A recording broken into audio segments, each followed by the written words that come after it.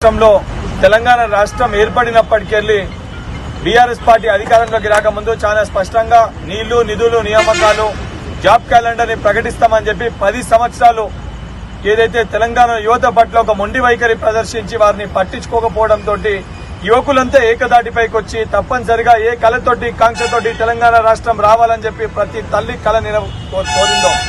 ఆ కళ నెరవేరాలని చెప్పి సోనియమ్మ తెలంగాణ రాష్ట్రాన్ని ఇచ్చిందో ఆ కళలు సాకారం కావాలని చెప్పి రేవంత్ రెడ్డి గారు పడుతున్న కష్టాన్ని చూసి బట్టి విక్రమార్క గారి పడుతున్న కష్టాన్ని చూసి తప్పనిసరిగా కాంగ్రెస్ ప్రభుత్వం వస్తే రేవంత్ రెడ్డి గారి బట్టి విక్రమార్క గారి ఆధ్వర్యంలో తప్పనిసరిగా మాకు ఉద్యోగాలు వస్తాయి, మాకు జాబ్ క్యాలెండర్ వస్తుందని ఒక నమ్మకంతో తెలంగాణ రాష్ట్ర వ్యాప్తంగా ఉద్యోగులందరూ ఏకదాటిపైకి వచ్చి అందరూ కూడా ఏదైతే కాంగ్రెస్ పార్టీని అధికారంలోకి తీసుకురావాలని చెప్పి ఆ బాధ్యతని వారి భుజస్కంధాలపైన వేసుకొని తెలంగాణ రాష్ట్ర వ్యాప్తంగా ఏదైతే సంబంధించి కాంగ్రెస్ పార్టీ పక్షాన ప్రచారం చేసి కాంగ్రెస్ పార్టీని అధికారంలోకి తీసుకొని వచ్చిన తర్వాత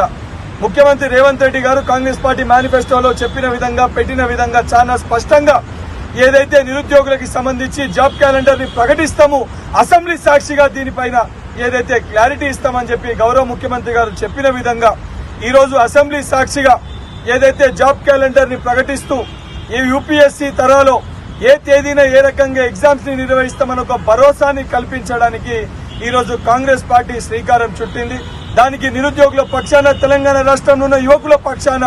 ఏదైతే గౌరవ ముఖ్యమంత్రి గారికి అదేవిధంగా కేబినెట్ మంత్రులకి ఉప ముఖ్యమంత్రి బట్టి విక్రమార్క గారికి అందరి పక్షాన వారికి కృతజ్ఞతలు తెలియజేస్తూ తప్పనిసరిగా ఏదైతే సంబంధించి గ్రూప్ 2 పరీక్ష వాయిదా విషయంలో కూడా గత ప్రభుత్వం లెక్క పంతాలకి పోకుండా యువకులు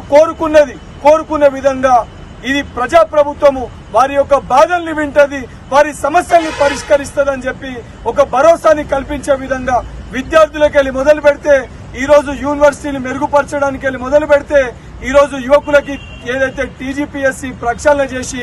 గ్రూప్ 1 పరీక్షల్ని కూడా ఎక్కడ చిన్న అవకతవకలు జరగకుండా ఒక భరోసాని యువకులకి కల్పిస్తున్నందుకు గౌరవ ముఖ్యమంత్రి గారికి మరొకసారి యువకులందరి పక్షాన వారికి చేతులు జోడించి ధన్యవాదాలు తెలియజేస్తున్నాం.